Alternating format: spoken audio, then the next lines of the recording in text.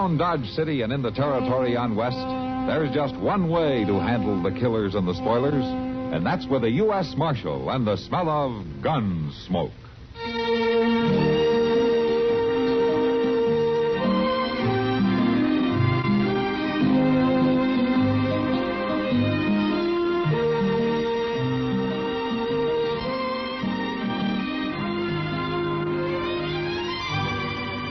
Gunsmoke, starring William Conrad. The story of the violence that moved west with young America. And the story of a man who moved with it. I'm that man. Matt Dillon, United States Marshal. The first man they look for and the last they want to meet.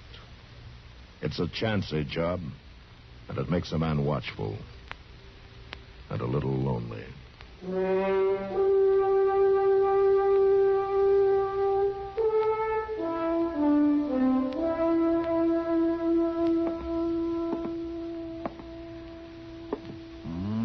Here she comes, Mr. Dillon. Here who comes, Chester? Holly Dean. She's come down the street there. Somebody must have told her. Well, I left word in enough places. She sure is going to be upset about this. I doubt it. About the only thing that upsets Holly is a man who won't pay attention to her. Yeah. I'll let her in. Yes, sir. Come right on in, Miss Dean. Thank you, Chester. Oh, my, how handsome you look today. I do. Uh-huh. Now, that's mighty nice of you. Oh, Matt. My, it's just been ages since I seen you. Sit down, Miss Dean. Miss Dean? Wait, isn't it Holly anymore? Here you are. Sit down. Thank you. Well, you look mighty stern and official, Marshal. Have I committed some crime? Not that I know of. Well, then what's this all about? 3 different people told me you wanted to see me. That's right. I thought you better know about this, Miss Dean. About what? Sam Brugger. He's out of prison. Escaped? No, paroled. He was supposed to be in for 10 years. 1 to 10. He served 3, and I guess they figured that was enough. He'll get into Dodge on the afternoon train. Stop him, Matt. Don't let him come here. Well, he's got a right to go where he wants. I just thought you ought to know about it. You and your husband both. Matt, you've got to protect me. It's your job to. I will, if it's necessary. Well, of course it's necessary. He'll try to kill me. Oh, why? Well, because I divorced him while he was in prison and married Jack. Is that the reason? Or is it because you wouldn't back up his alibi when you testified at his trial? I couldn't, Matt. I wasn't sure he was working in the barn all afternoon the day Tracy was shot. Yet the barn is only 50 yards from the house. I was asleep most of the afternoon. He could have rode off and come back, and I'd never have known it. Oh, but I told all this at the trial. It's over and done with. You got to keep him away from me. He's a killer. I doubt that. Well, the jury didn't. They convicted him, didn't they? Yeah, but they weren't too sure, or they'd have made the charge a lot stronger than manslaughter. I just can't see Sam Brugger as a killer, even with plenty of reason. What reason? I suppose you believe them stories, too. That something was going on between Tracy and me. Was there? I didn't even know him, hardly. The old hens around this town start cackling if a woman even says low to a man. What are you trying to do? Reopen the trial or something? No. Just let you know that Sam's coming back. All right. All right, then let him. I'm married again now. I don't want nothing more to do with him. He starts fooling around with me, and Jack will take care of him all right. You know, Holly, trouble seems to follow you, doesn't it? I don't do nothing to cause it. Maybe you don't. I don't know. Maybe it's just because you're one of the prettiest women in Dodge, and maybe you just get too friendly with too many people. Huh? What do you mean by that? Look, you're married now to a man who's known around town as being kind of jealous and a little bit gun-happy. And you got an ex-husband coming in on the afternoon train who has just spent 3 years in prison for a killing that he claims he didn't commit. The jury said different. For a killing the whole town thinks was over you. Well, I don't think Sam Brugger was a killer 3 years ago. But prison can change a man. So you watch your step.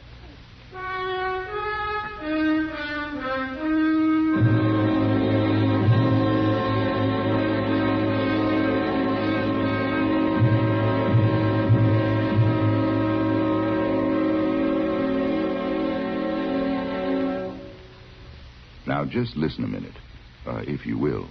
I've got a little story to tell you. Well, it's not so little. It's sort of a tall tale. Ever hear tell about Mike Fink? Well, he was a hero. A legendary hero, I guess you'd call him. The greatest keelboatman of them all. Yes, sir. Why, he was a salt river roarer, a ring-tail squealer. Claimed he was half wild horse and half alligator. They say that Mike Fink could pull the equivalent of 400 loaded railroad cars upriver on a keelboat. That's sort of like a barge. And they say that if the currents made poling too tough, why, old Mike would just sit down and row for a while. Yes, sir. His strength and skill was the talk of the river. Nothing was too tough for old Mike to handle. He could load his boat from stem to stern in less than half an hour. And when it was going full speed, why, he could turn it on a dime, as the man said. He was a heap of man, was old Mike. But then along came the steamboats. Oh, they didn't hurt the keelboaters too much at first. But little by little, they took over. And you can be sure Mike was the very last of them to admit defeat. Now, Mike didn't just die and quit, you understand. He raced a steamboat clean up the Ohio, and he beat it, too. But Mike was sort of the spirit of all those valiant keelboaters. And as they quit one by one and just sort of faded out of the picture, why, old Mike did, too. But as long as stories about him are still told and retold, the early pioneers of our waterways won't be forgotten, no siree. I wish I had time to tell you another little story about Mike, but I have an idea you don't believe me anyway. Say, isn't it nice being citizens of a country where you can laugh and talk about things free as a breeze, and write and read and worship, too? Yes, sir. Maybe you don't think about it much, but you should. I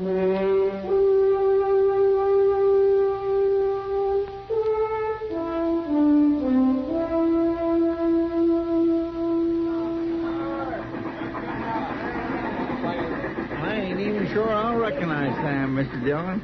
Oh, he won't look too different, Chester. You reckon he's aiming to start trouble? I don't know. Yeah, by James, she's pretty enough to turn my head even if she was to put her mind to it. You'd have to get in line, Chester. There's about a dozen ahead of you. Oh, well, my land, I was just saying that, Mr. Dillon. I know her too well. Yeah, sure you do. Come on, Sam's getting off over there. Why, a man would just be plumb foolish to get tied up with a woman like that. Well, here's a man who can tell you. I declare he ain't changed hardly at all. Not outside, anyway.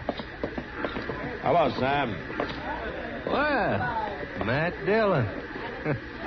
Last man I saw when they took me away, first one I meet when I get back. Things never change, do they? Not too much. How are you? It's just a 3-year picnic, Marshal. You know, they take real good care of you up there. Even got bars all around to keep folks from getting in and bothering you. Yeah, sure. Marshal, how is Holly? Oh, fine. I saw her just this morning. You did, huh? Now, that's more than you're going to do, Brugger. What? Easy now, Dean. Sam, you remember Jack Dean, don't you? Oh, yeah. Yeah, a gambler. I didn't quite get that remark of yours, Dean. You got it, all right. You stay away from Holly. You hear me? Well, what are you on the proud about? Holly's married to him now, Sam. I thought you knew. No. No, I didn't know that. Well, you do now. And don't you forget it. You bother her, and I'll shoot you like a mad dog. All right, that's enough of that kind of talk, Dean. I want him to know how things stand. Well, now, that's wait all. a minute. I think maybe you ought to know how things stand, too, Dean. I come back here for just one reason. Just to find out who did kill Tracy Walters. The way I hear it, you did. No, Holly lied at the trial. She knew I never left the place that day. Now, I aim to find out why she lied. I told you to leave her alone. I got no interest in her otherwise. I feel sorry for you, Dean. I learned about Holly. I paid for it. Seems you ain't yet, but you will. No jailbird's going to talk about my wife like That's that. enough, Dean. Taking up for him, are you, Marshal? You get going. All right, I'll go. When the law won't protect a man's home, I figure he's got the right to do it himself. Thank you, Marshal. Man on parole can't afford to get into any arguments. Or wear a gun either, Sam. I'm going to have to take yours. Play it right down the middle, don't you? No exceptions for either side. Well, it works out better that way in the long run. All right. There you are. Thanks. I didn't kill Tracy, whether you believe it or not. I wasn't on the jury, Sam. But just one thing. You better stay clear of Jack Dean. He can make you an awful lot of trouble. I got no reason to bother him. Haven't you? Oh, you mean Holly? No, what I told Dean is the truth. I'm over her, Marshal. Except, well, sometimes she's not an easy woman to forget. No, I don't imagine she is.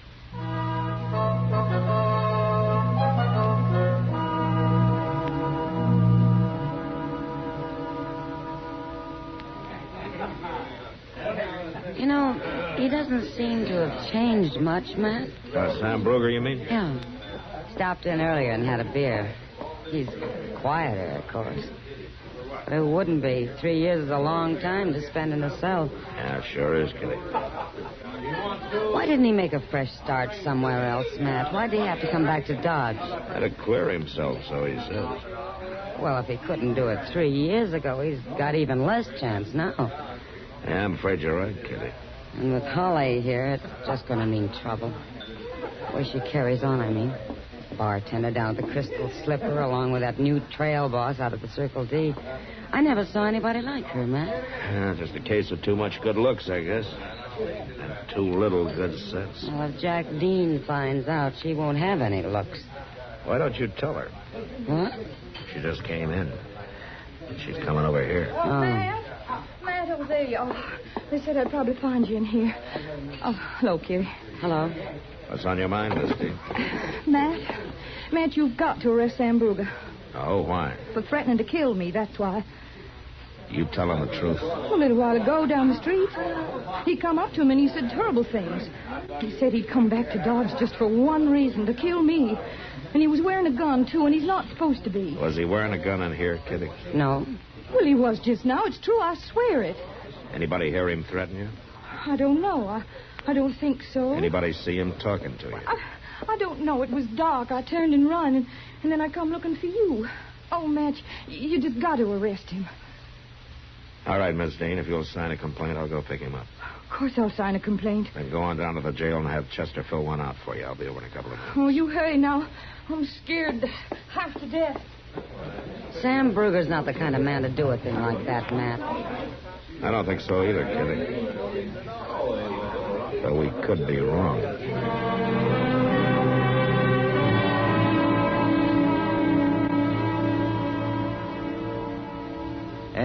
Matt, there are times when a man of honor like myself is appalled by the low ethical standards he finds among his friends and acquaintances. Oh, is that so, Doc? Go ahead, Doc. It's your move. Now, stay out of this, please, Chester. Matt, no doubt you know what I'm referring to. I just thought you were talking to keep from having to move that checker and letting me take 2 more of your men. Ridiculous.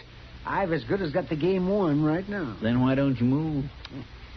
Yes, I never thought you'd do it, man. Do what? Let a passing weakness for a pretty woman make you throw an innocent man into that jail cell back there. He had to, Doc. She signed a legal complaint, didn't she? Not talking to you, Chester. Now, what makes you so sure that he's innocent? Plain Doc? common sense, that's what. Plus the fact that Holly Dean happens to be a born liar. Yeah, maybe. But he's got no alibi. So it's up to Judge Bent to decide it when he opens court. Oh, Judge Bent, she'll twist him around her finger just like she did you. Not unless she comes up with some witnesses. Bent's 71 years old. I don't care. What's that got to do with it? Look, go ahead and move the checker so I can get this game over with. It's late and I gotta get up early. That was the wrong side of the jail. Come on.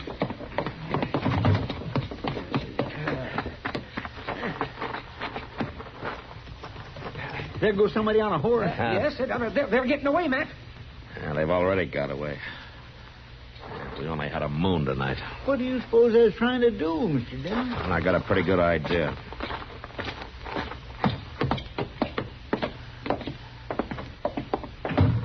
Come on, let's take a look back in the cell block.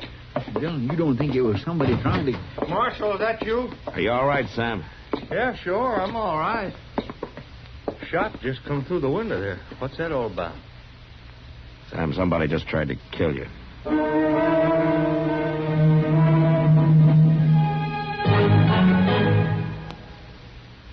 This is Myron J. Bennett with a little-known item of American military history. One of the most famous military messages ever dispatched was never put into writing, and to this day nobody knows what it really said. When the Cuban situation turned hot between the United States and Spain in 1898, the government wanted military information on the Spanish from General Garcia, commander of the Cuban insurgents. But Garcia was up in the mountains, where neither telegraph nor mail could reach him. So Army Lieutenant Andrew Summers Rowan was chosen to make a secret mission to the Cuban general with orders from President McKinley. Rowan completed his cloak and dagger jaunt through pathless mountains and fever bog jungles to bring back the information requested. He was promoted to captain, and the whole thing might have been forgotten if Albert Hubbard, a businessman author, hadn't heard about it and written an imaginative account under the title A Message to Garcia. It made Hubbard a fortune with over 500 million reprints and got Rowan the Distinguished Service Cross 24 years later. Asked long after the event what his message to Garcia was, the now retired Lieutenant Colonel flipped back an invitation from President McKinley to an old-fashioned New England boiled dinner at the White House.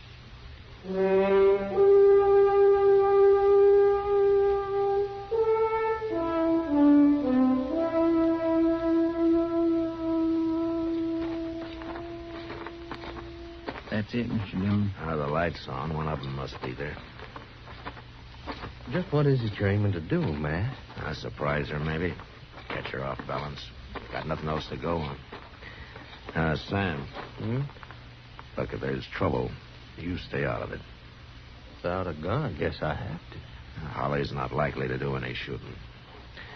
All right, come on.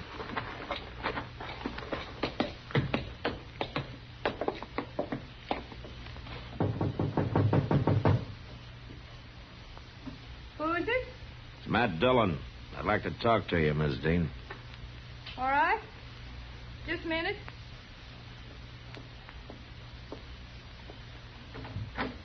Kind of late, isn't it, to be coming around? Sam. How've you been, Holly? Fine, Sam. I thought you was... Thought he was what, Miss Dean? Dead? No, of course not.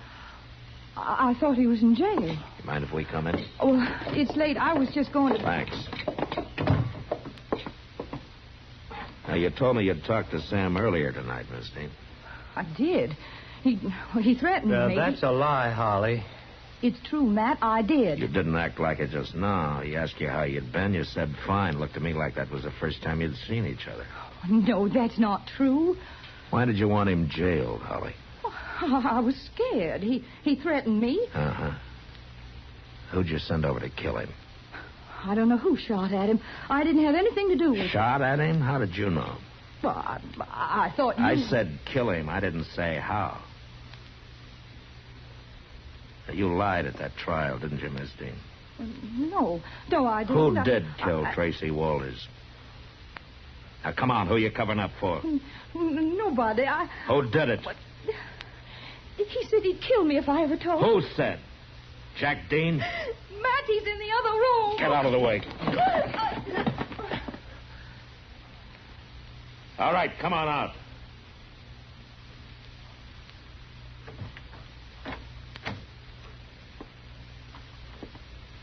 You rotten little sneak. Keep your hand away from that gun, Dean. It's true, Matt.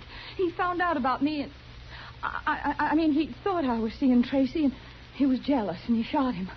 I didn't know about it till after we were married, and then he said he'd kill me if I ever told. I've been terrified of him for 3 years. You know, a jury might believe that. And he tried to kill Sam tonight. I didn't know he was going to. No jury's going to get a chance to believe it. Hold it, Dean. If I'm paying, Holly's paying. Dean, hold it!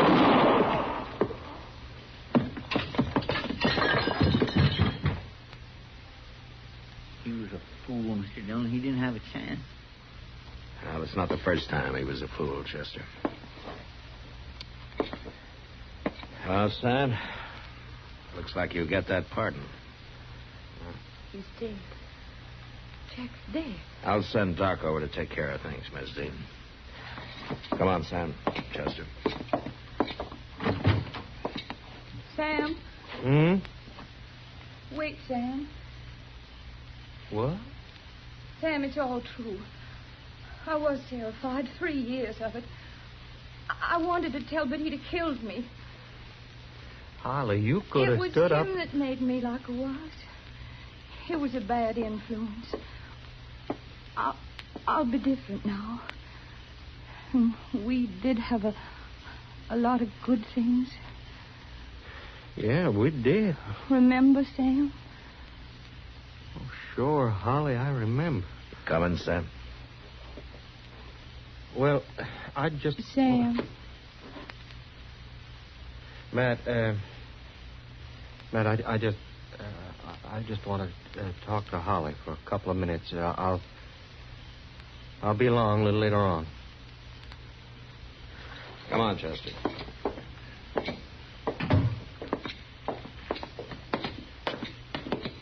My, you'd think a man that's been took for a fool once would be cured, wouldn't you, Mr. Dillon?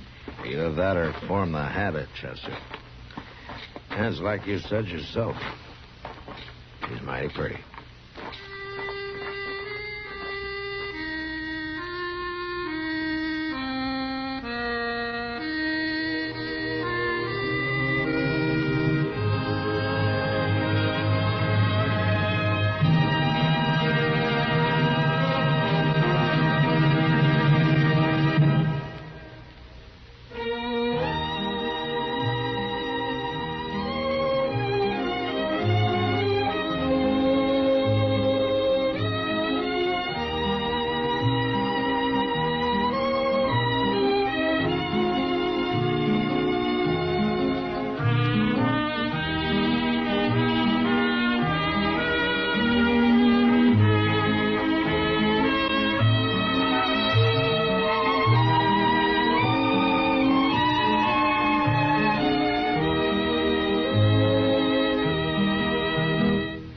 Gunsmoke. Produced and directed by Norman Macdonnell. Stars William Conrad as Matt Dillon, U.S. Marshal. Featured in the cast were Parley Bear as Chester, Howard McNear as Doc, and Georgia Ellis as Kitty. George Walsh speaking. Join us again next week for another specially transcribed story on Gunsmoke. This is the United States Armed Forces Radio and Television Service.